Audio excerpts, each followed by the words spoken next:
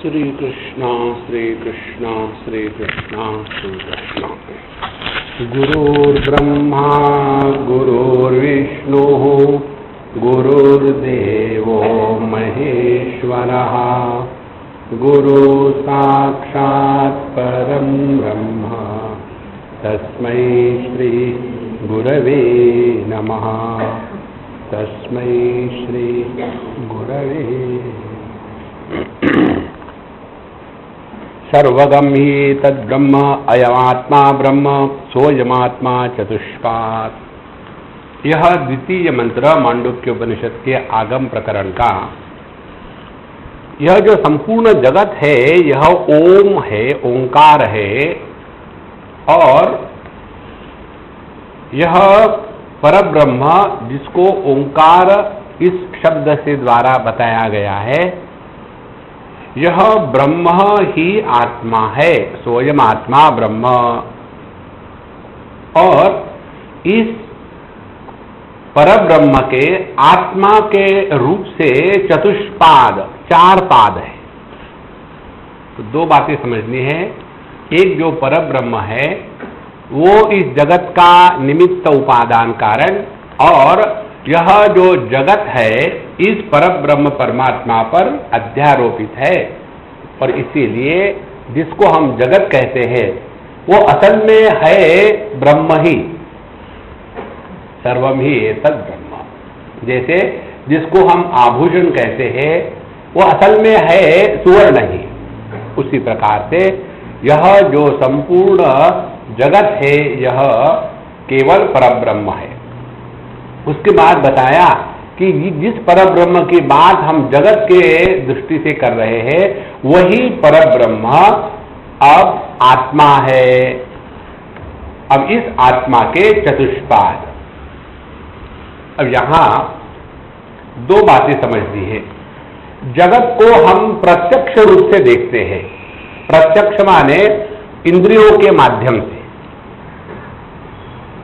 हमारे इंद्रियों के माध्यम से हम शब्द, स्पर्श, रूप, रस, गंध इत्यादियों को देखते हैं। और हम जो अपने आप को समझते हैं, जो भी कुछ हम हैं, तो हम अपने आप को इंद्रियों के माध्यम से नहीं जानते। तो दो बातें हो गई। जिसको हम प्रत्यक्ष रूप से जानते हैं और जिसको हम अन्य के रूप में स्वीकार करते हैं, और जिसमें नाम रूप का प्राधान्य है, और जो एक होते हुए भी अनेक के रूप में प्रतीत हो रहा है, वह अनेकत्व का आधार एक ही परब्रह्म परमात्मा है। तो प्रत्यक्ष में परमात्मा का दर्शन करना, इसको कहेंगे भक्ति साधना। अब दूसरी बात आती है कि यह जो ब्रह्म इस जगत का अधिष्ठान है, यही ब्रह्म आत्मा है। माने इस परब्रह्म ने हमको तिरस्कृत नहीं किया है। अब सवाल यह आता है कि स्वयं आत्मा ब्रह्म, स्वयं आत्मा चतुष्पाद। तो यह चतुष्पाद है। चतुष्पाद का तात्पर्य क्या है? कहते हैं त्रयाणाम विश्वादीनाम पूर्व पूर्व प्रविलापनेन तुरीयस्य प्रतिपत्ति ही इति कर्ण साधन पाद शब्द। चतुष्पाद माने चार इसके पहलू है। गाय के जैसे चार पैर नहीं, चार पहलू है। तो कौन से हैं? तो पहले जो तीन है ये साधन है, और जो चौथा पैर है या पाद है, पैर नहीं पाद ही कहेंगे हम, कि चतुष्पाद, चतुर्थ पाद जो है वह साध्य है। देखो क्या हो गया अर्थ कि यह जो ब्रह्म संपूर्ण जगत के रूप में प्रतीत हो रहा है, यही ब्रह्म अपना स्वरूप है। तो जैसे ब्रह्म जगत के रूप में जब प्रतीत होता है तब नाम रूप का प्राधान्य है, उसी प्रकार से यही ब्रह्म जब आत्म रूप से प्रतीत हो रहा है तो यह ब्रह्म आत्म रूप से कैसे प्रतीत होगा?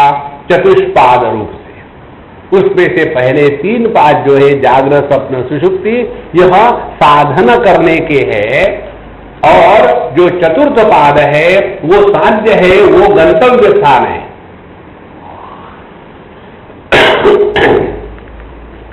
इसीलिए जीवन जीना माने साधना करना, और साधना किस लिए करना? साध्य की उपलब्धि के लिए। और साध्य क्या है? साध्य है अयम आत्मा ब्रह्म, अपने आप को ब्रह्म रूप से पहचानना, ये साध्य है। तो अपने आप को ब्रह्म रूप से पहचानने के लिए हम अपने आप को क्या समझ के रखे हैं? कभी जागृत पुरुष कहते हैं, कभी स्वप्न पुरुष कहते हैं, कभी सुषुप्त पुरुष कहते हैं। तो यह जागृत पुरुष का जीवन, स्वप्न पुरुष का जीवन, सुषुप्त का जीवन, इन तीनों का आधार लेकर के, इन तीनों का जो अधिष्ठान है चतुर्थ तुरीय तत्व, उसको पहचानना है। इसीलिए सर्वम ही एतद् ब्रह्म अयम आत्मा ब्रह्म सोयम आत्मा चतुष्पाद। तो यह जो आत्मा है यह चतुष्पाद है, 3 साधन और 1 साध्य। कथम चतुष्पाद? चतुष्पात्वम इति आह। अब यह आत्मा चतुष्पाद किस प्रकार से है ये बताने के लिए अब इनके 4 पादों का वर्णन होता है। तो प्रथम पाद क्या है? तृतीय मंत्र, जागरित स्थानो बहिष्प्रज्ञ सप्तांग एकोनविंशति मुखः स्थूलभुक् वैश्वानरः प्रथम पादः। एक एक जो शब्द है वो अत्यंत महत्व का है। जैसा इसको हम धीरे धीरे समझते जाएंगे, आप देखेंगे सब अज्ञान की जो पर्दे है एक एक फट जाएगा। जागृत स्थान, यह जो पहला पाद है वो है जागृत स्थान, यानी इसका नाम हो गया। जैसे होता है ना हल्दीपुर का, माने हल्दीपुर नाम का गांव है, वहां से निकल गए, फिर भी हल्दीपुर को नहीं छोड़ा, इसीलिए हल्दीपुर कर कर कर कर कर रहे हैं। किसी का नाम करकरे भी होता है, पता नहीं कैसे। अच्छा महाराज, उसी प्रकार से जो जागृत अवस्था में रहता है उसको कहते हैं जागृत स्थान। अब क्या है? जागृतम स्थानम अस्ति इति जागृत स्थान। जिसकी उपलब्धि जागृत अवस्था में होती है वह जागृत स्थान, माने जिसको अंग्रेजी में हम कहेंगे वेकर और हिंदी में कहेंगे जागृत पुरुष। इस समय हम सब, मैं कल्पना ही कर सकता हूं, इस समय हम सब जागृत पुरुष हैं, यदि कोई सो नहीं रहा हो तो, क्योंकि आप सो रहे हैं कि जग रहे हैं ये तो हर एक का पर्सनल मामला है। जागृत स्थान बहिष्प्रज्ञ। अब दूसरी बात है बहिष्प्रज्ञ। अब ये जागृत अवस्था का अनुभव क्या है? बहिष्प्रज्ञ स्वात्म व्यतिरेक्ते विषय प्रज्ञा यस्य सः बहिष्प्रज्ञ बहिः विषय इव प्रज्ञा अविद्याकृत अवभासते इत्यर्थः। जो स्वयं को छोड़ करके अन्य को विषय करता है उसको कहते हैं बहिष्प्रज्ञा। देखो तो स्वात्म व्यतिरिक्ते विषय प्रज्ञा यस्य, तो जागृत अवस्था का अनुभव क्या हो गया? हम देखने वाले और हमसे जो अन्य है, अनात्मा है, वह देखा गया। हम जानने वाले जो हमसे अन्य है वह जाना गया।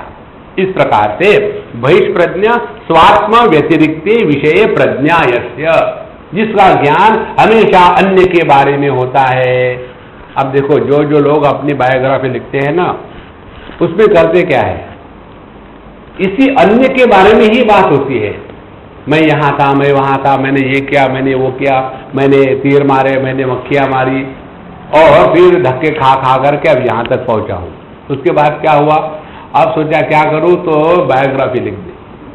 बायोग्राफी लिख दी। अब क्या करें, अब एक ही समस्या है, इसको कोई खरीदता नहीं। मैंने इतनी मेहनत करके ये बायोग्राफी का लिखा है, कोई खरीदता नहीं।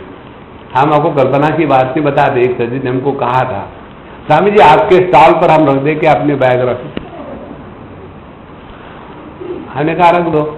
रखने के बाद स्वामी जी इसको कोई नहीं ले रहा है, हमें वो मैं नहीं लूंगा, ये मत करना है, रख दिया बहुत हो गया, अगली बात तुम्हारी। इस प्रकार से बहिष्प्रज्ञा जो स्वात्म व्यतिरिक्त विषय प्रज्ञायस्य, जो अन्य के बारे में सोचता है, ज्ञान रखता है, और ये कहती है अविद्याकृता अवभासते।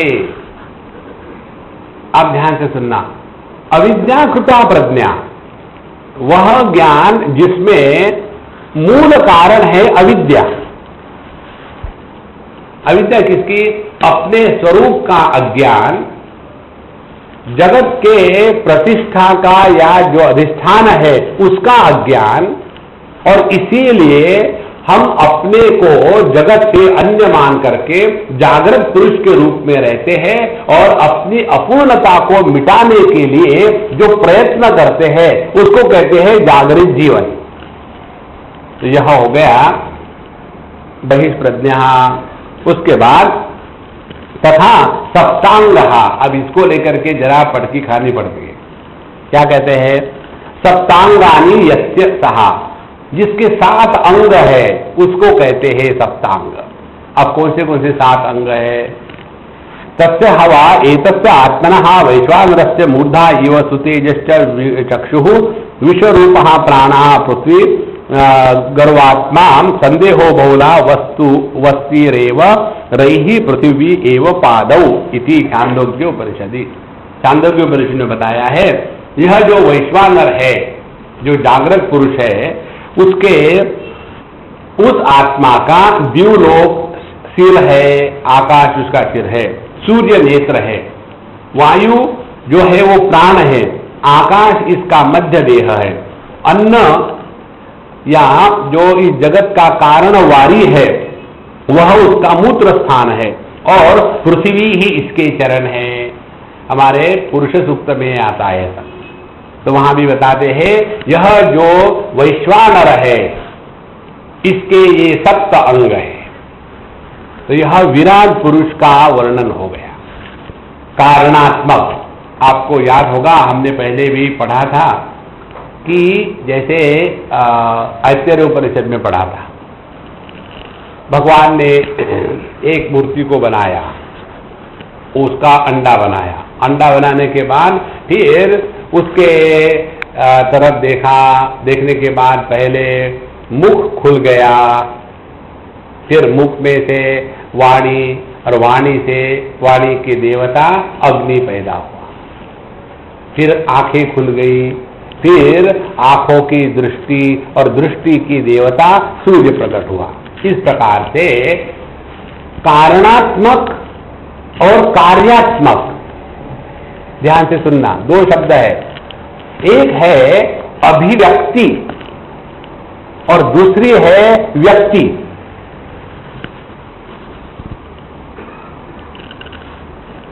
बिजली की बल्ब के माध्यम से प्रकाश के रूप में अभिव्यक्ति होती है। यह बल्ब इस बल्ब से अलग है, इसीलिए यह एक बल्ब व्यक्ति है। देखो जरा ठीक से समझ लेना।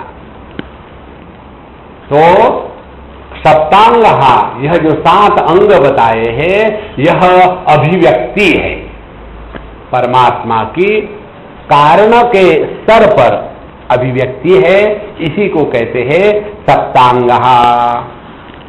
उसके बाद कहते हैं तथा 19 मुखानि अस्य, और उसके अब 19 मुख है। मुख से हम क्या करते हैं? ग्रहण करते हैं। तो इसके 19 कौन से मुख है? तो कहते हैं 5 ज्ञानेन्द्रिय, 5 कर्मेंद्रिय, 5 प्राण, 15 हो गए, और अंतःकरण चतुष्ट है 15 और 4 19। इन 19 मुखों के द्वारा यह वैश्वानर इस जगत के स्थूल भोगों का भोग करता है। तथा 19 मुखानि अस्य बुद्धिन्द्रियाणि कर्मेन्द्रियाणि च 10 वायवश्च प्राणादयः 5 मनोबुद्धि अहंकार चित्तमिति मुखानि इव मुखानि तानि उपलब्धि द्वाराणि इत्यर्थः। तो इन्हीं के माध्यम से यह जो वैश्वानर है, जो स्थूल भोग को भोग रहा है, उसके भोग के साधन क्या है? तो ये 19 वस्तुएं जो है, इसके द्वारा यह स्थूल जगत के भोग में अपने आप को लगा लेता है। आगे कहते हैं सह एवं विशिष्ट वैश्वानर यथोक्त द्वारा ही शब्दादि स्थूलान विषयान भुंक्ते इति स्थूल भोग। तो ऐसा जो वैश्वानर है, जिसके 7 अंग है और 19 मुख है, ऐसा जो वैश्वानर है वह इन मुखों के द्वारा जगत के स्थूल भोगों का भोग करता है। और विश्वेशाम नराणाम अनेकधा नयनाद वैश्वानरः। अब ध्यान से सुनना, कारण और कार्य, इसको जब हम सत्य मानने लग जाते हैं तो क्या कहेंगे? विराट पुरुष कारण है और हम सब कार्य है। हमारे मांडुक्य उपनिषद में इसको स्वीकार नहीं किया है। देखो, ये जो सिद्धांत है ना, बिजली की बल्ब के माध्यम से प्रकाश की अभिव्यक्ति, ये सिद्धांत कारण के रूप में स्वीकार किया जाता है अन्य उपनिषदों में। और प्रत्येक जो बल्ब है उसको कार्य कहते हैं। असल में देखा जाए तो इसमें कारण और कार्य का भेद है ही नहीं। देखो, भेद हम क्यों मानते हैं? भेद इसलिए मानते हैं कि हमने अनेक बल्ब देख लिए हैं, इसीलिए अनेक बल्बों की व्यक्ति हो गई। तो कितने बल्ब है यहां? अनेक बल्ब है। प्रकाश कितने हैं? प्रकाश एक है, प्रकाश मोड़क एक प्रकाश, अनेक नहीं है। देखो, इसी प्रकार से एक ही तत्व जिसको हम कारणात्मा के दृष्टि से स्वीकार करते हैं, वही कारणात्मा जब एक व्यक्ति के रूप में प्रकट होता है तो उस व्यक्ति में भी कारण का ही प्राकट्य हो रहा है। और इसीलिए जब तक ये दृष्टि डेवलप नहीं होगी, तब तक के मैं स्त्री, मैं पुरुष, मैं गरीब, मैं अमीर, इसी में पूरा जीवन बर्बाद हो जाएगा। तो विश्वेशाम नराणाम अनेकधा नयनाद वैश्वानरः। इसको वैश्वानर इसलिए कहते हैं कि सभी नरों को, सभी व्यक्तियों को जो आधार दे करके अपने में रखता है, उसको कहते हैं वैश्वानर। माने ये जो सिद्धांत है बिजली का प्रकाश के रूप में प्राकट्य, यह सिद्धांत सभी बल्बों का आधार है। देखो, ऐसे नहीं कि लाल बल्ब में दूसरा सिद्धांत प्रकट हो रहा है, हरे बल्ब में दूसरा सिद्धांत प्रकट हो रहा है, सब में एक ही सिद्धांत प्रकट हो रहा है। देखो, अब इसको अपने जीवन में उतारो। अभी तक जो बताया वो तो ठीक था, यहां से बड़ी परेशानी हो जाती। कहता पण ओळख नहीं, वाई? बिकॉज देखो महाराज, यदि हमको समझ में आया तो जीवन में निश्चित उतरेगा, समझ में नहीं आया तो नहीं उतरेगा। नहीं, लेकिन हमारे समझ में तो आया है। जैसे कौन एक सज्जन कहाँ मिले मुझे, स्वामी जी मेरा भगवान पर तो कहाँ की बात है, अभी अभी रिसेंटली, हाँ भगवान ने मुझे सिलेक्ट कर लिया है, मुझ में सब शक्तियां प्रकट हो गई है और मैं किसी के भी कोई भी रोग को ठीक करता हूं। अब मुझे बताइए इसके बाद क्या करना है?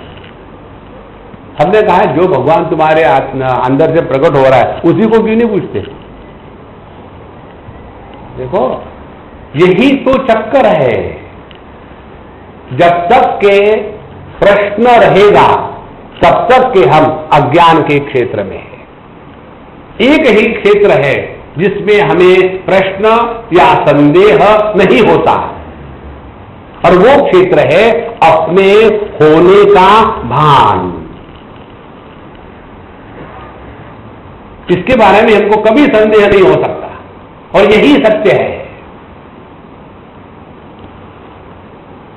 देखो, अब इसमें कारण और कार्य ये कहां है? देखो महाराज, सब भेद जो है ना गायब। सुवर्ण के दृष्टि से कोई भी आभूषण रहे, सुवर्ण को कोई मतलब नहीं। इसी प्रकार से भगवान के दृष्टि से कोई भी अभिव्यक्ति रहे, चाहे गधे की हो या मनुष्य की हो या गधे मनुष्य की हो, भगवान को कोई फर्क नहीं पड़ता। इसीलिए यह जो ज्ञान है यही जीवन का अंतिम लक्ष्य है। तो जो सभी नरों का नयन करता है, ले जाता है, सभी के जीवन को जो चलाता है, वो तत्व एक ही है। इसीलिए इसको वैश्वानर कहते हैं। यद्वा विश्वस्य सो नरस्यति वैश्वानरः। क्या तो ऐसा कहो, वैश्वानर का अर्थ क्या है? जो सब है और जो सब में है, तो वह है वैश्वानर। इसलिए जागृत स्थानो बहिष्प्रज्ञ सप्तांग एकोनविंशति मुखा और स्थूलभुक्, यह स्थूल विषयों का भोग करता है। वैश्वानरः प्रथम पादः सर्वपिंडात्मानम् आत्मन अनन्यत्वात् स प्रथम पादः। इसको प्रथम पाद क्यों कहते हैं? पहला पाद इसलिए कहते हैं कि यह जो है ये सभी में पहले प्रकट होता है। सर्वपिंडात्मानम् अनन्यत्वात्, ये किसी भी अलग अलग नहीं है। देखो, अब इसको एक दो उदाहरण से समझ लो। ये डॉक्टर लोग जब पढ़ाई करने जाते हैं विद्यार्थी के रूप में, तो उस समय मुर्दों को देखते हैं और हड्डियों को गिनते हैं। उसके बाद वो सीखते क्या है? एनाटॉमी। तो ये जो एनाटॉमी है यह सिद्धांत है। ऐसे नहीं कि प्रत्येक पेशेंट आ गया, अब इसको ऑपरेशन करना है, भैया इसके किडनी कहाँ है? अरे कहाँ है? मालूम सर में होगी, देखो। नहीं, एक ही सिद्धांत सभी प्राणी मात्र में है। देखो, तो जैसे डॉक्टर यह सिद्धांत को समझ करके व्यक्ति पर कार्य करता है। एक बार रीवा की बात है, मध्य प्रदेश में। मैं कुछ बता रहा था किसी को, तो उसमें एक लड़का भी था। तो मैंने कहा, देखो, अपना दाहिना हाथ अपने हृदय पर रख करके भगवान का नाम लो, मैं बताता हूं, उसको कहो। उसने अपना बायां हाथ लिया, यहां रखा। तो मैंने कहा, तुमको समझ में नहीं आया क्या? समझ में आया क्या कि हाथ हृदय पर रखो ना? हाँ, तो फिर तुम ऐसा क्यों रख रहे? बोले, क्योंकि मेरा हृदय इधर है। कैसे हो सकता है? बोले, देखो आप। और फिर मैंने इधर आ जा, और जब देखा उसको तो रियली उसका दिल तो दहने बाजू था। तो जब हम एनाटॉमी इत्यादि पढ़ते, फिजियोलॉजी पढ़ते हैं, तो वो कारण को पढ़ रहे हैं। देखो, उसी का सब पर प्रयोग हो रहा है। आप इसको जीवन में उतारो। कैसे?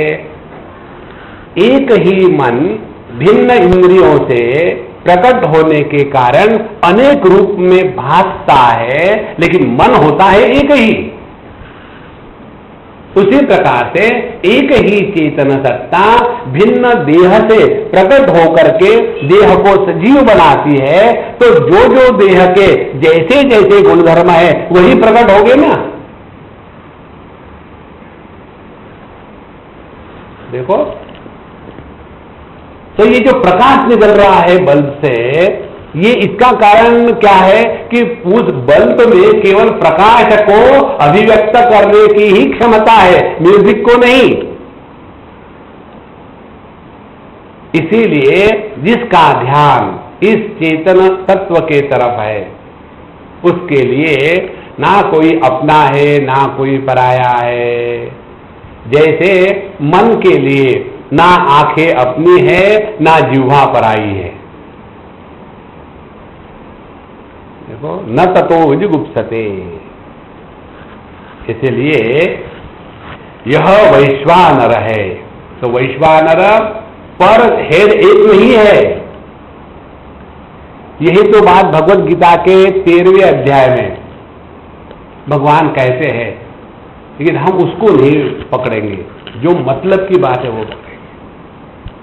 उसमें भगवान स्पष्ट कहते हैं, इदम शरीरम कौन्तेय क्षेत्रमित्य विधीयते एतद्यो वेत्ति तं प्राहुः क्षेत्रज्ञ इति तद्विदः क्षेत्रज्ञं चापि मां विद्धि सर्वक्षेत्रेषु भारत। देह और देह को प्रकाशित करने वाला देही क्षेत्रज्ञ, और यह क्षेत्रज्ञ फिर हमको क्या लगेगा कि पर हेड एक है।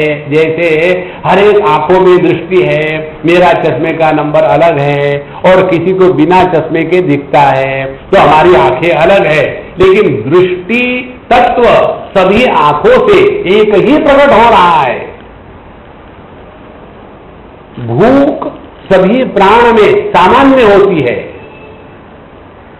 देखो, इसीलिए यह जो तत्व है, इसमें जीव अनेकता, इसको कहीं भी स्थान नहीं है।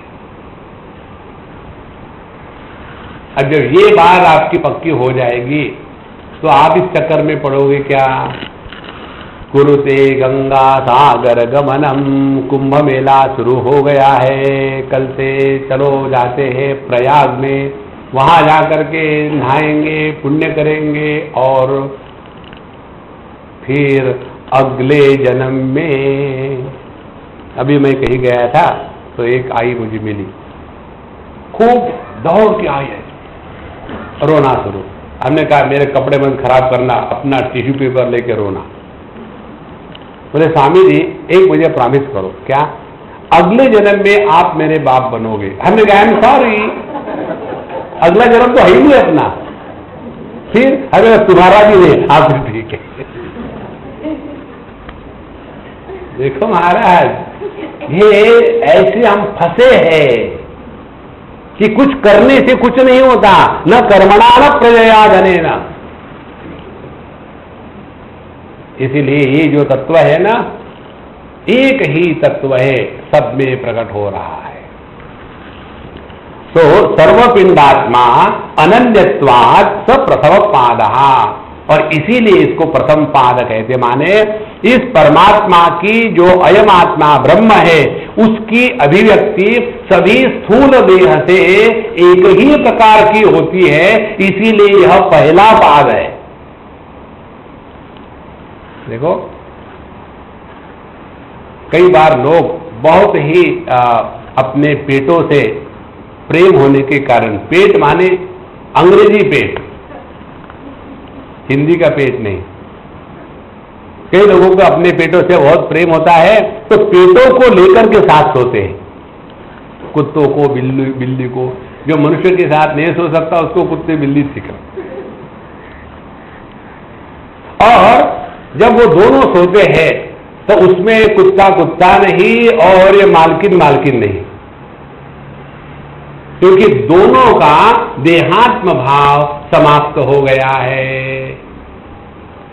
देखो, इसीलिए यह जो वैश्वानर है, यह अभिव्यक्ति है, ये व्यक्ति नहीं है।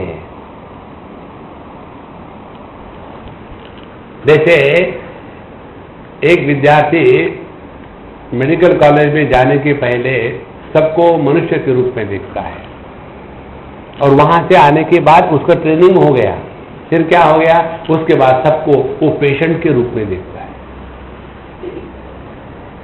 और जहां पेशेंट के रूप में देखना शुरू कर दिया, पर्स को पकड़ना शुरू कर दिया।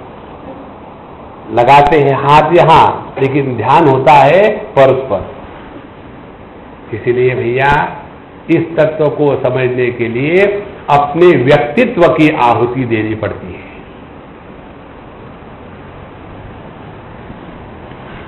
तो यह प्रथम पाद है।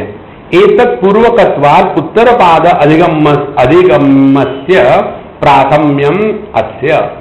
या तो दूसरे तरह से समझो कि जो अन्य पाद है स्वप्न और सुषुप्ति का, उन दोनों को हम इसी जागृत अवस्था में पहचानते हैं। स्वप्नावस्था में जागृत अवस्था का ज्ञान नहीं होता, लेकिन जागृत अवस्था में स्वप्न और सुषुप्ति दोनों का ज्ञान होता है। इसीलिए इसको प्रथम पाद कहते हैं। इसीलिए साधना केवल जागृत अवस्था में ही करते हैं, स्वप्नावस्था में नहीं होती। जैसे ध्यान जो है ना, वो केवल बैठकर ही किया जाता है, शवासन में ध्यान नहीं होता। अभी हम गए थे वहां, एक ने पेपर प्रेजेंट किया, मेडिटेशन थ्रू शवासन। तो उससे क्या होगा? ऐसा मेडिटेशन है कि शवासन में पड़े रहो, उसके बाद राम नाम करते हैं, हमेशा के लिए समाधि लग गई। नहीं, ये शास्त्र सम्मत नहीं है। तो यह प्रथम पाद है। अब एक यहां प्रश्न उठाते हैं। ये प्रश्न हमारे सबके मन में है, हालांकि हमने आपको काफी विस्तार से बताया है। कथम अयम आत्मा ब्रह्मेति प्रत्यगात्मनः अस्य चतुष्पात्वे प्रकृते जीवलोकादीनां मूर्धानि अंगत्वमिति। जब आपने कहा कि अयम आत्मा ब्रह्म, यह जो आत्मा है अपना, ये ब्रह्म है, तो यह जो आत्म स्वरूप से जिसको हमने ग्रहण किया है, उसके लिए यह द्युलोक इत्यादि सप्त अंग कैसे हो सकते हैं? क्या मैं ऐसे कह सकता हूं कि जैसे इसमें बताया था कि उस वैश्वानर आत्मा के सूर्य नेत्र है, तो क्या मैं ऐसे कह सकता हूं कि मेरी आंखें सूर्य चंद्रमा है, एक जरा बड़ा है एक छोटा है? कह सकता हूं? नहीं। तो फिर आपने ऐसा क्यों कहा? माने आपने वर्णन करते समय क्या किया कि सप्त अंग तो समष्टि के विराट के लिए, और 19 मुखः, जो 19 मुख है, वो तो व्यक्ति के लिए है। तो ऐसा कहने से हमको ये स्वीकार नहीं, या तो पूरा विराट का वर्णन करो और उसको वैश्वानर कहो, या तो केवल व्यक्ति का वर्णन करो और उसको वैश्वानर कहो। लेकिन आपने क्या किया है कि उसके सप्त अंग और इसके 19 मुख दोनों को इकट्ठा करके वैश्वानर कहा है। ये आपकी गलती है। देखो महाराज, कितना सूक्ष्म प्रश्न है। तो नैष दोषः, ये कोई दोष नहीं बाबा, जरा समझने की कोशिश करो। सर्वस्य प्रपंचस्य साधिदैविकस्य अनेन आत्मना चतुष्पात्वम विवक्षितत्वात्। तुम्हारे दिमाग में प्रश्न आने का कारण मालूम है क्या है? अभी भी तुम्हारी देहात्म बुद्धि खत्म नहीं हुई। अब कैसे देखो, आपको यदि बताया जाए कि ध्यान के लिए बैठने के बाद यच्छेद वांग मनसि प्राज्ञ तद्यच्छेद ज्ञान आत्मनि, ज्ञान आत्मनि महति नियच्छेद तद्यच्छेद शांति आत्मनि। कठोपनिषद के मंत्र में बताते हैं कि वाणी इत्यादि विषयों को छोड़ करके अपने इंद्रियों में आ जाए, इंद्रियों को छोड़ करके मन में आ जाए, मन को छोड़ करके बुद्धि में आ जाए, और बुद्धि का त्याग करके परब्रह्म परमात्मा में लीन हो जाए। ये जब बताते हैं तो हम क्या करते हैं? अच्छा, विषयों का त्याग कर गया, हम अपने आंखों में आ गए, और अपने इंद्रियों से हट करके अपने मन में आ गए, अपने मन को त्याग करके अपने बुद्धि में आ गए, अपने बुद्धि को परब्रह्म परमात्मा में मिल गया। अरे यही तो बात है महाराज, मैं तो ब्रह्म हूं, पब्लिक नहीं समझती, उसका क्या। देखो ये कब कहा था कि आप अपने इंद्रियों को मन में लीन करना है। इंद्रिय एक ही है, इंद्रिय अनेक नहीं है। देखो आंखों से मन की अभिव्यक्ति दृष्टि के रूप में होती है, तो यह जो दृष्टि इंद्रिय है, जैसे पूरी अपने देह में मन में व्याप्त है, और यह जो मन में व्याप्त है दृष्टि, ये प्रकट होती है केवल अपने आंखों से। उसी मन में श्रवण शक्ति व्याप्त है, वही श्रवण शक्ति प्रकट होती है कानों से। अब इसमें ये थोड़ी कहा है कि मेरे कान तुम्हारे कान, और इसीलिए ये प्रश्न आता है कि सप्तांग तो आपने समष्टि के लिए है, और एकोनविंशति मुख जो है वो आपने व्यष्टि के लिए। ये भेद नहीं है, ये हमारे समझने का गड़बड़ घोटाला जाला है। तो सर्वस्य प्रपंचस्य साधिदैविकस्य, तो जो आधि दैविक सूर्य है और जो आध्यात्मिक सूर्य है वो एक ही है। देखो यदादित्यगतम तेजो जगत भासयते खिलम यच्चंद्रमसि यच्चाग्नौ तत्तेजो विद्धि मामकम। सूर्य के उपाधि से प्रकट होने वाला तेज और सर्वस्य चाहम हृदय सन्निविष्टः, और सभी हृदयों में रह करके जिसके कारण मत्तः स्मृति ज्ञानम अपोहनंच, जिसके कारण जागृत स्वप्न सुषुप्ति इनका प्राकट्य होता है। वेदैश्च सर्वै अहमेव वेद्यः, और सभी वेदों का विषय इस एक तत्व को ही पहचानना है। देखो, और एक तत्व क्या है? उत्तमः पुरुषः तु अन्य परमात्मेति उदाहृतः यो लोकत्रयमाविश्य बिभर्ति अव्यय ईश्वरः, ये यही है। इसीलिए हम जब मांडुक्य का अध्ययन करते हैं तो अनेक जीव, हरेक का अपना अपना मार्ग, इस चक्कर को छोड़ दो। देखो फोन में भिन्न भिन्न प्रकार की घंटियां बजती है। एक हमारे मित्र है, उनको फोन करो तो उसमें घंटी क्या जाती है, ट्रेंग ट्रेंग नहीं जाती है, खिड़की तले तुम चींटी बजाना छोड़ दो। देखो दूसरे को फोन करो तो वहां हरे कृष्णा कृष्ण कृष्णा हरे हरे। तो फोनों की ये जो घंटियां अलग है, सिद्धांत तो एक ही है। देखो इसी प्रकार से यह एक तत्व को हमको पहचानना है। तो जो तत्व सूर्य के माध्यम से प्रकाश के रूप में प्रकट हो रहा है, वही तत्व आंखों के माध्यम से दृष्टि के रूप में प्रकट हो रहा है। तो भेद किसका हो गया? आधि दैविक और आध्यात्मिक, यह औपाधिक भेद है। देखो एक ही आदमी अपने पिता के कारण पुत्र है और अपने पुत्र के कारण पिता है।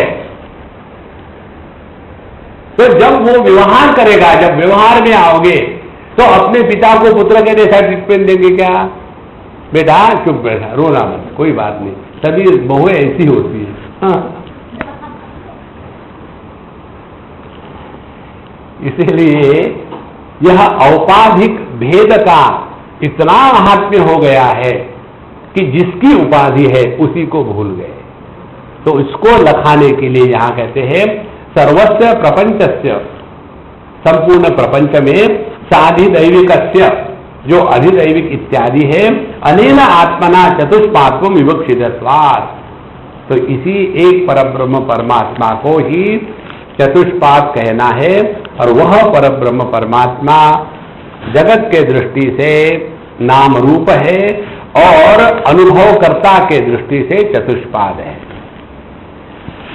इसीलिए एवं च सती सर्व प्रपंच उपशमे अद्वैत सिद्धि ही। इसीलिए जब यह ध्यान से सुनना, आधि दैविक, आध्यात्मिक और आधि भौतिक 3 बातें हैं। हमारा ज्ञान जिसका होता है उसको आधि भौतिक कहेंगे, और जिस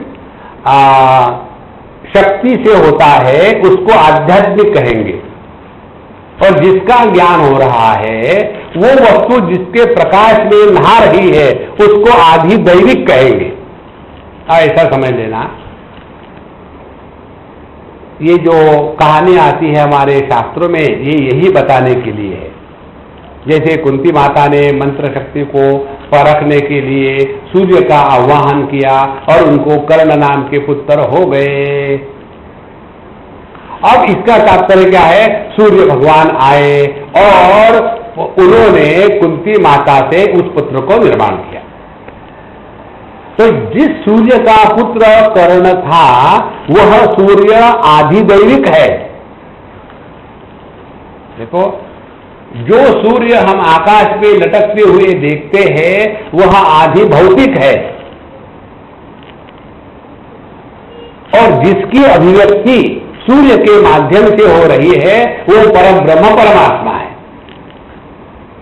तो आदि भौतिक और आदि दैविक हो गया। अब वही परम ब्रह्म परमात्मा जिन आंखों का जो स्ट्रक्चरल आय है यहां से प्रकट हो रहा है दृष्टि के रूप में, तो यह स्ट्रक्चरल आय जो है यह हो गया आदि भौतिक। और इसमें जो दृष्टि है, ये दृष्टि किसकी है? ये दृष्टि जिस सूर्य की है वह सूर्य हो गया आधि आध्यात्मिक।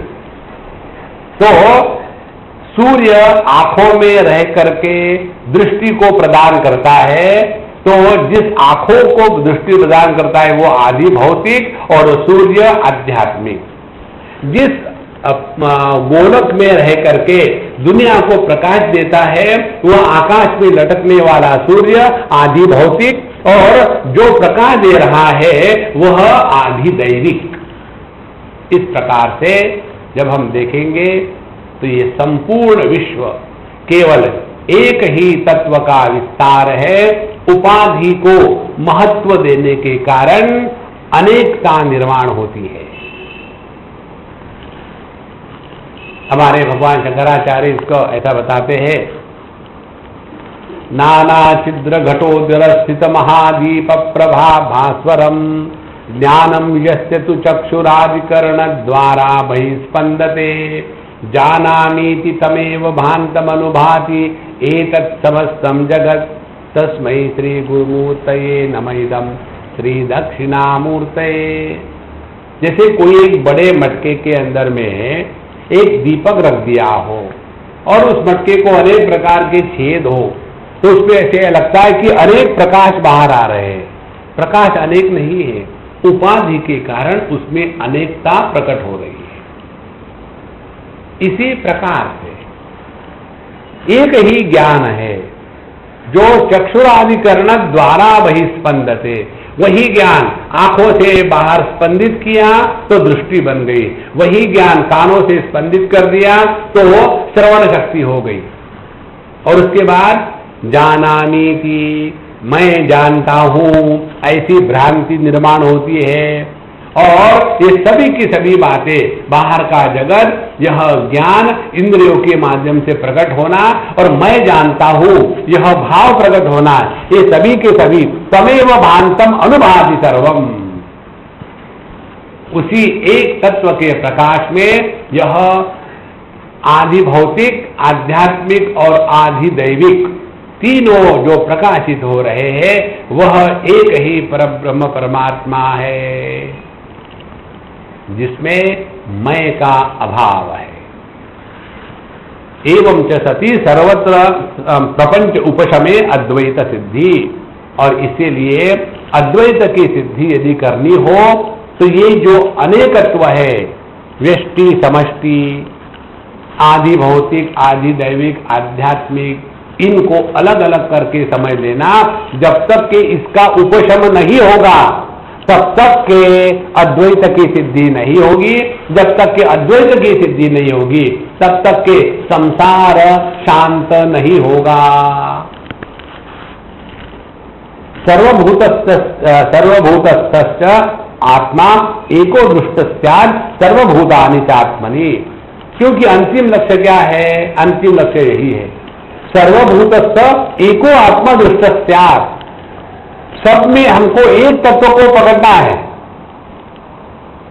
देखो, इसीलिए ईशावास्य में आता है सर्वभूतस्थमात्मानं सर्वभूतानि चात्मनि। जब तक हम अपने आप को सब में नहीं देखेंगे और सबको अपने आप में नहीं देखेंगे तब तक के शोक मोह की निवृत्ति नहीं होती। यही बात भगवद गीता के 6वें अध्याय में भगवान श्री कृष्ण कहते हैं, सर्वभूतस्थमात्मानं सर्वभूतानि चात्मनि ईक्षते योग युक्तात्मा सर्वत्र समदर्शिनः। तो सब में एक तत्व को पहचानना यही आध्यात्मिक जीवन का अंतिम लक्ष्य है। पाप करना, पुण्य करना, स्वर्ग में जाना, नरक में जाना, ये इसका लक्ष्य नहीं है। इसीलिए सर्वभूतस्थ आत्मा एको दृष्टस्यात् सर्वभूतानि च आत्मनि। इसलिए यस्तु सर्वाणि भूतानि आत्मन्येवानुपश्यति सर्वभूतस्थ चात्मानं न ततो विजुगुप्सते, उपनिषद में आता है। तो यस्तु सर्वाणि भूतानि, जो अपने में सबको और अपने आप को सब में देखता है, न ततो विजुगुप्सते, उसके जीवन में घृणा का अंश कहीं नहीं आता। कहने का तात्पर्य क्या है?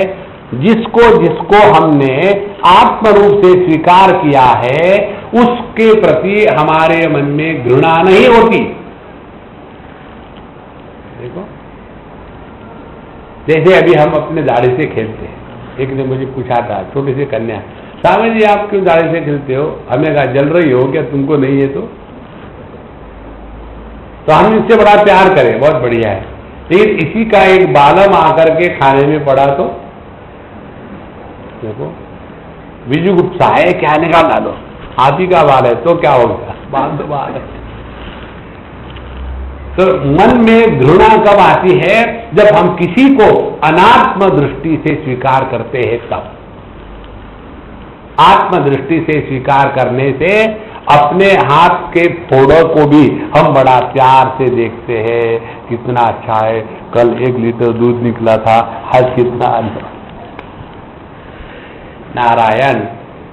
इसीलिए इति श्रुत्यर्थ उपसंहृतश्चैवं स्यात्, यही हमको अंतिम में श्रुति का अर्थ समझना है। अन्यथा ही स्वदेह परिच्छिन्न एव प्रत्यगात्मा सांख्यादिभिः इव दृष्ट स्यात् तथा च शक्ति अद्वैतमिति श्रुतिकृतो विशेषो न स्यात्। और यदि हमने पर हेड एक जीव को स्वीकार किया तो हम सांख्य में फंस गए। सांख्य सिद्धांत में यही है, पुरुष अनेक है और प्रकृति एक है। देखो, इसीलिए आप देखेंगे सांख्य साइंस हो गया, योग टेक्नोलॉजी हो गया। टेक्नोलॉजी में क्या करते हैं?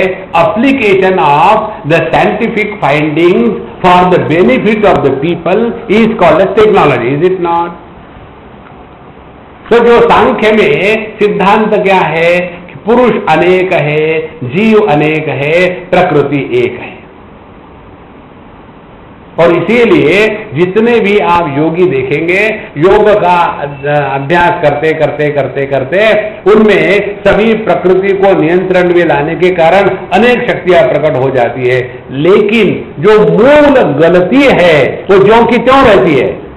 कौन सी मूल गलती है? मैं सबसे अन्य हूं, अलग हूं। और इसीलिए आप देखेंगे ये योगी इत्यादि है, दूसरे को शाप देना या आशीर्वाद देना, यही उनका जीवन का लक्ष्य बन जाता है। उसी में फिर कंपटीशन होती है। एक बार हमारे कैवल्य धाम की बात है, कोई 8-10 साल पहले की, वहां हर साल एक नई बैच आती है योगा टीचर बनने के लिए। तो एक हरियाणा का कोई लड़का था और उसने क्या किया, एक बहुत लंबी लोहे की सलाख लेकर के उसको उधर में पत्थर में लगा दिया और दूसरा जो कोना है वो अपने गले में लगाया या कंठ में, और प्राणायाम करके ऐसा करके उसको टेढ़ा किया। टेढ़ा करने के बाद कहते हैं, तो मैंने बाद में आकर के उसने मुझे नमस्कार किया। हमने कहा भाई मेरे से बाद में मिलना, तुमने ये कैसा किया, मैं समझ में आपको सिखा दूंगा, सिंपल है। तो फिर वो मुझे मिला, मिलने के बाद हमने कहा तुमने ये लोहे को ऐसा टेढ़ा किया, इसे तुम सिद्ध क्या करना चाहते हो बताओ। जो भी हम करते हैं प्रयोजन क्या है, क्या प्रयोजन है? तालिया? क्या ये सिद्ध करना चाहते हो पतंजलि महाराज ने जो कहा वो सत्य है, उनको तुम सर्टिफिकेट देना चाहते हो? What do you want to prove? देखो मनुष्य उसी में फंस जाता है। इसीलिए उपनिषद कहती है विजानन विद्वान भवते नातिवादी। जिसने स्वरूप को पहचाना है उसमें कोई दुराग्रह नहीं रहता। तो यह जो प्रपंच है इसका उपशम तब होगा जब हम इस एकमेवाद्वितीय परब्रह्म परमात्मा को पहचान लेते हैं, तब, अन्यथा नहीं। अन्यथा स्वदेह परिच्छिन्न एवं प्रत्यगात्मा, फिर हम अपने को अपने देह में रहने वाले एक छोटा आत्मा मानेंगे। पापो हम पाप कर्मा हम पुण्यात्मा पापात्मा, इसी में फंसे रहेंगे और इसके द्वारा सांख्य के जैसा हम जीव भाव अनेकत्व को स्वीकार करेंगे। ये ऐसा यदि हमने किया तो उपनिषद के पढ़ने का कोई मतलब ही नहीं। इसीलिए आपको याद होगा हमने दो बातें बताई थी आपको। पहली बात, देहात्म भाव की निवृत्ति हमारे साधना का पहला लक्ष्य। देहात्म भाव हमने अभ्यास से जुड़ाया है और इसीलिए देहात्म भाव की निवृत्ति अभ्यास के द्वारा ही हो सकती है। उसके लिए योगाभ्यास। योगाभ्यास का तात्पर्य देहात्म भाव को बढ़ाना नहीं। देखो, और जब देहात्म भाव से निवृत्ति हो गई फिर हम देही, देह में रहने वाले जीव है। यहां जीव को यह सांख्य या योग सत्य स्वीकार करता है। वेदांत कहता है जिसको आपने जीव कह के रखा है वो जीव है कौन, दिखाओ। देखो, इसलिए एक बार एक सज्जन ने मुझे प्रश्न पूछा, कॉलेज के विद्यार्थी ने, Swami ji what happens to the soul after death? मैंने, तुम कौन से क्लास में पढ़ते हो? तो बोले 3rd ईयर में। हमने कहा तुमने फिजिक्स पढ़ा है? तो मेरे तरफ देखता है, माने क्या? मैंने पढ़ा है ना? हाँ पढ़ा है। उसमें बिजली पड़ी है? हाँ पड़ी है। जब एक बल्ब फ्यूज हो जाता है तो उसका लाइट कहाँ जाता है? वहां सोल जाता है देह के मरने के बाद। बताओ कहां जाता है? मुझे नहीं मालूम, मुझे मालूम है कहां, वैकुंठ से जाता है। यदि वो बल्ब भगवान की मूर्ति को प्रकाशित कर रहा हो तो, और वही बल्ब का लाइट यदि टॉयलेट को प्रकाशित कर रहा हो तो उसी का एक्सपर्ट बन करके नरक में जाता है। देखो महाराज, जब तक कि जीव को हम समाप्त नहीं करेंगे ना, तब तक के पुनरपि जननम पुनरपि मरणम पुनरपि जननी जठरे शयनम, इसी में फंसे रहेंगे। और फिर उसके लिए चलो दान करेंगे, धर्म करेंगे, पुण्य करेंगे और उसके बाद ये करेंगे। माने ये जो दान धर्म इत्यादि है ये भी इन्वेस्टमेंट ही हो जाती है। जहां इन्वेस्टमेंट होती है वहां द्वैत होता है, क्योंकि इन्वेस्टमेंट में लाभ हानि होती है ना। लाभ हानि जहां है वह परिच्छिन्नता है, जहां लाभ हानि एक है वही परिपूर्णता है। श्री कृष्णा इसीलिए सांख्यादि दर्शनेन अनेन अविशेषात् इष्यते च सर्वोपनिषदाम सर्वात्मैक्य प्रतिपादकत्वम। सभी के सभी उपनिषदों का तात्पर्य इसी में है।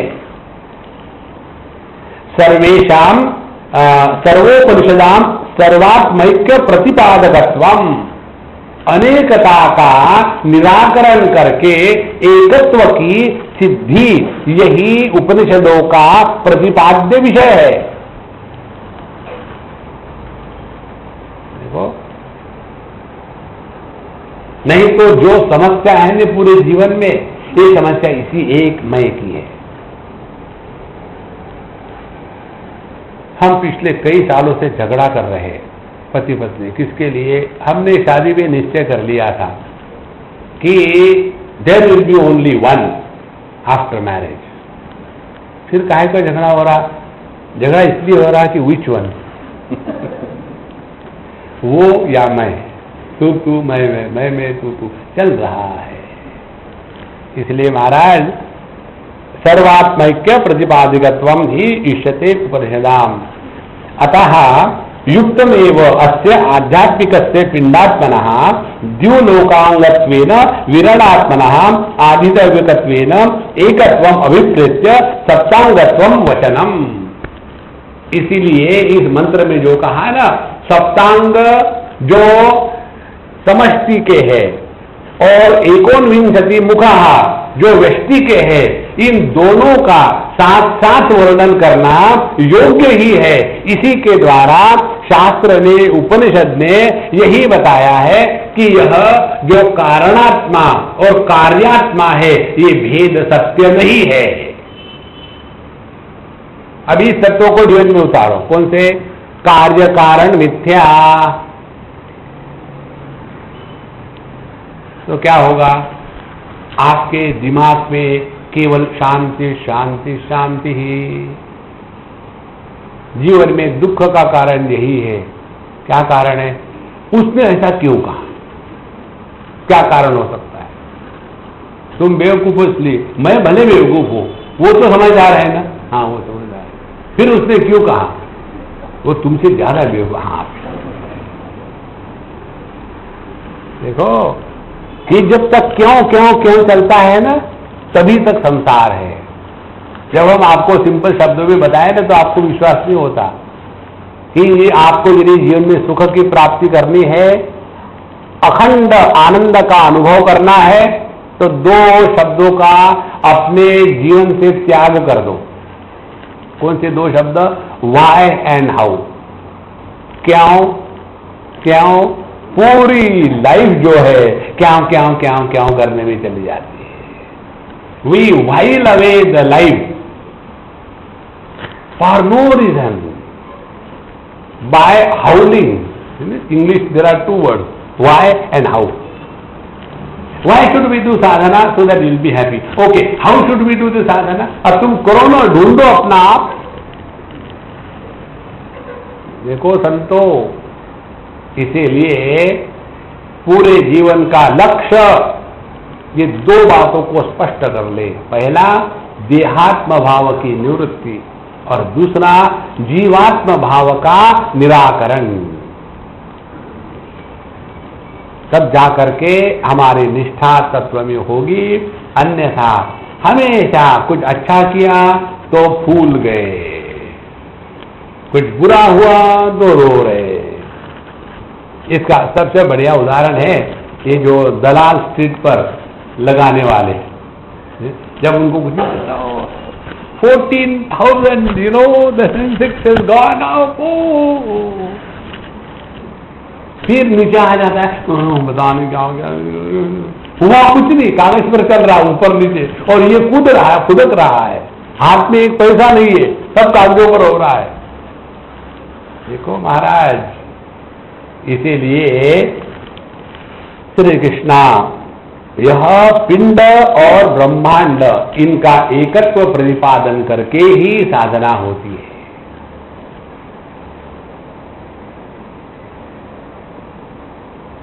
पिंड और ब्रह्मांड इनका जब एकत्व सिद्ध हो जाता है तो अनेक पिंडों को लेकर के किसी प्रकार का काम क्रोध लोभ इत्यादि नहीं आता, किसी प्रकार की कंपटीशन नहीं होती। इसके ऊपर भी चिंतन करो जरा, अपने आप में देखो। एक ही मन भिन्न इंद्रियों से प्रकट होता है और इसीलिए इंद्रियों के बीच में झगड़ा कभी नहीं होता, कंपटीशन कभी नहीं होती।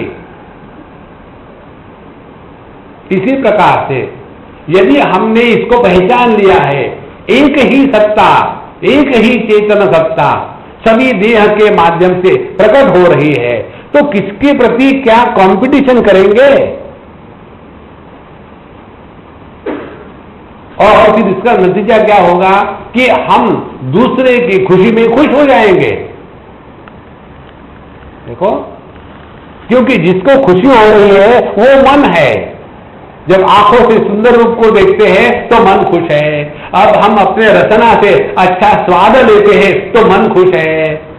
तो ये सभी के सभी जितने इंद्रिय है, ये सभी के सभी मन को ही तो अर्पण कर रहे हैं, आहुतियां। इसी प्रकार से ये सभी के सभी जितने भी व्यक्तियां हैं वो उसी एक परमात्मा को ही सब अर्पण कर रही है। इसमें झगड़े का कहीं सवाल ही नहीं हो सकता। इसीलिए ये जो कहा है व्यष्टि एक और समष्टि का एकत्व, यह योग्य ही है। वैराजगत्व उपलक्षणार्थम हिरण्यगर्भ अव्याकृतात्मनो हो। और इसलिए जो विराट और जो हिरण्यगर्भ, इन दोनों की एकता ही कहनी है और इसी के लिए ये सब कुछ कहा जा रहा है। उसके बाद सुषुप्त अव्याकृतयो हो तू एकत्वम सिद्धम एवं निर्विशेषत्वात्। अब सुषुप्ति में और जागृत में, सुषुप्ति में और स्वप्न में क्या फर्क है तो या क्या फर्क नहीं है, ये बताने के लिए अब आगे चलेंगे। तो क्या हमको पता चलेगा? ये पता चलेगा, ध्यान से सुनना। सुषुप्ति अवस्था में अन्य के प्रतीति का अभाव होने के कारण आनंद का अनुभव होता है। जागृत में अन्य की प्रतीति होती है, इसीलिए दुख का प्रसंग आता है। तो अब जागृत में कैसे रहे? जो व्यक्ति अपने नींद से नहीं सीख सकता है वो अपने जागृत से क्या सीखेगा? देखो, तो हमारा अपने अनुभूति का क्षेत्र क्या है? सुषुप्ति में, जहां अन्य की प्रतीति नहीं होती इसीलिए आनंद का अनुभव है। जहां अन्य की प्रतीति नहीं होती इसीलिए कामना का तूफान नहीं है। जहां अन्य की प्रतीति नहीं होती इसलिए अपने को छोटा मानने का सवाल ही नहीं है। जब अन्य की प्रतीति नहीं है तो वहां द्वैत उपशम है, द्वैत हमेशा के लिए शांत हो गया है। इन सब का निचोड़ क्या है?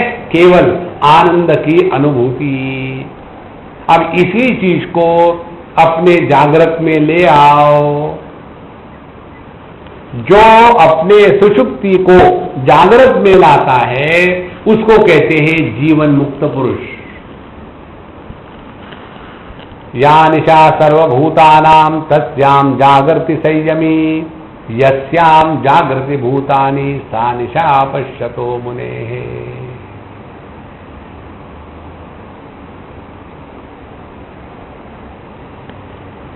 इस एक तत्व को सत्य के रूप में जब हम स्वीकार करते हैं तो हम मिट जाते हैं। इसीलिए संत लोग कहते हैं भगवान को खोजो मत, फिर क्या करो? खो जाओ। जहां मैं खो गया वहां परमात्मा प्रकट हो गया। और इस मैं को खोने के लिए ही है वेदांत का विचार। मैं को धर्म में, योग में नष्ट नहीं करते, मेंटेन करते हैं। इसीलिए वो हमेशा अगले जन्म की, पिछले जन्म की बात करेंगे, हमेशा बात वही करेंगे। पिछला जन्म अगला जन्म किसका है वो नहीं बात करेंगे। देखो, एक हमारे मित्र है, बड़े सिद्ध पुरुष है, अनेक सिद्धियां उनके पास है, लाखों उनके शिष्य है, और उनके साथ ऐसे ही एक बार बैठे थे तो ये विषय निकला। हमको भगवान का दर्शन हुआ। किसको हुआ? हमको माने किसको? ये जो चमड़ी की आंखें इनको नहीं, चमड़ी की आंखों में जो दृष्टि है उनको नहीं, दृष्टि के पीछे जो मन है उसको नहीं। मन को यदि हुआ तो ये तो मन हमेशा जाता आता है ना। इसको जरा सूक्ष्मता से देखना। ये प्रकाश के कारण हम प्रकाशित हो रहे हैं। अब इससे हमने स्विच ऑफ कर दिया बल्ब को तो प्रकाश चला गया, फिर दूसरे बार उसको लगाया तो जो दूसरा प्रकाश है, पहला प्रकाश एक ही है क्या? एक यदि होगा तो बीच में खंड क्यों आया? देखो, तो ये जो अखंडता है यह काल्पनिक है, सत्य नहीं है। अखंड क्या है? अखंड वो है कि जो ना कभी आता है ना कभी जाता है। इसीलिए अनंत में अंश नहीं होते। तो क्या हम झूठ बता रहे हैं हमको भगवान का दर्शन हो गया? हमने कहा हमने थोड़ी कैसा कहा है, आपको जरूर हुआ है। हम तो समझना चाहते हैं कि भगवान का दर्शन हुआ माने क्या हुआ। देखो, इसीलिए विजानन विद्वान भवते नातिवादी, अन्यथा हम कृष्ण के भक्त होंगे तो हम राम के मंदिर में नहीं जाएंगे, राम के होंगे तो शिव में। हाँ, और ये बात यदि समझ में आ जाए तो आपके मन में कोई भी संदेह नहीं होगा। एक ने मुझे पूछा था, स्वामी जी हमारे गुरु महाराज ने गड़बड़ी कर दी। हमने कहा सभी गुरु महाराज उसी के लिए होते। बोला क्या गड़बड़ी करी?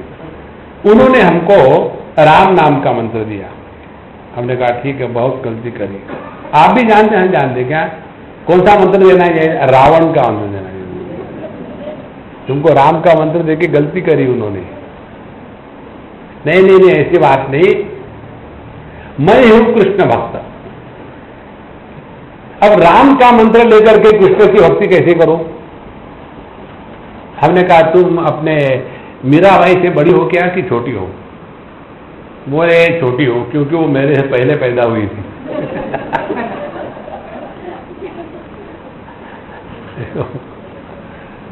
अब वो क्या कहती है?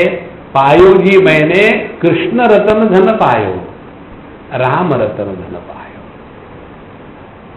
देखो, इस तत्व को हमको पहचानना है, यही इसका प्रयोजन है।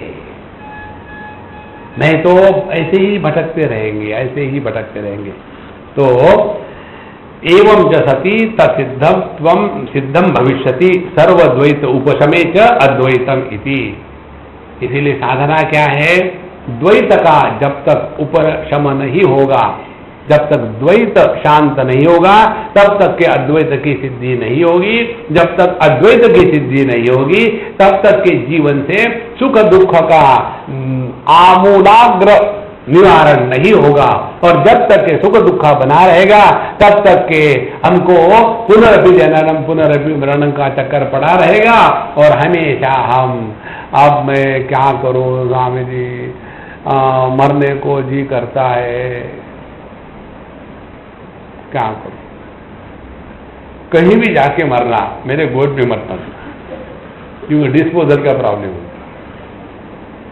देखो, अपने मृत्यु की कल्पना भी यदि हमारे मन में आती है ना, तो अभी हमने वेदांत को एक छटाक भी नहीं पढ़ा है।